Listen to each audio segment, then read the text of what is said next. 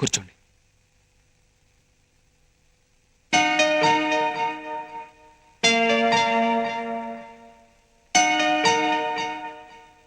మిమ్మల్ని సహాయం అడగాలని వచ్చాను. చెప్పండి.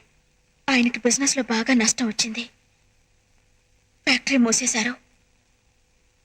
6 నెలల నుంచి ఖాళీగా ఉన్నారు.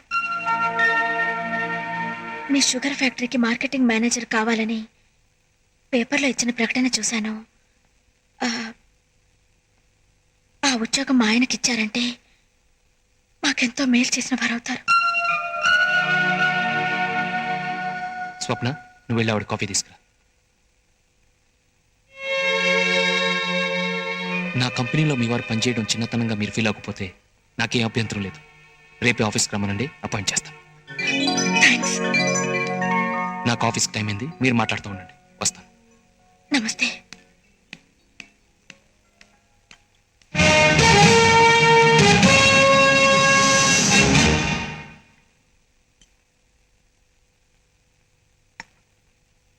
చూసారా, కాలం ఎంత వేగంగా తిరుగుతుందో. చదువు లేనివాడని మీరు చిన్నచూపు చూసిన మనిషి దగ్గరికే చదువుకున్న మీ భర్త కోసం ఉద్యోగం అడగడానికి వచ్చారు. ఆ రోజు ఆయన్ని ఎవరికైనా పరిచయం చేయడానికే నామూషిగా ఫీల్ అయ్యారు. కానీ ఈరోజు ఆయన పరిచయం కోసం ఎంతో మంది విఐపీలు ఎదురు చూస్తున్నారు. పని పాట లేని పల్లెటూరి బయటను అవమానించారు. ఆయన ఈరోజు ఎంతమంది ఎంఏలకు ఎంబీఏలకు ఉద్యోగాలు ఇస్తున్నారో తెలుసా? నేను మిమ్మల్ని ఎత్తిపడవడం లేదు, ఎదుటి మనిషిని తక్కువగా అంచనా వేయడం తప్పని చెప్తున్నాను. సాధారణంగా ప్రతి మగాడి విజయం వెనక ఒక ఆడది ఉంటుందంటారు. కానీ ప్రతి ఆడదాని విజయం వెనక ఒక మగాడు ఉంటాడని ఎవ్వరూ చెప్పలేదు. బట్ నేను చెప్తున్నాను, నా విజయం వెనక నా భర్త ఉన్నాడు.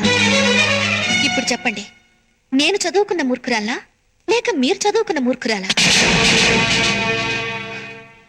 నా మాటలు మిమ్మల్ని గాయపరిస్తే నన్ను క్షమించండి. మీ వారికి తప్పకుండా ఉద్యోగం ఉంటుంది. మీరు నిశ్చింతగా వెళ్ళిరండి.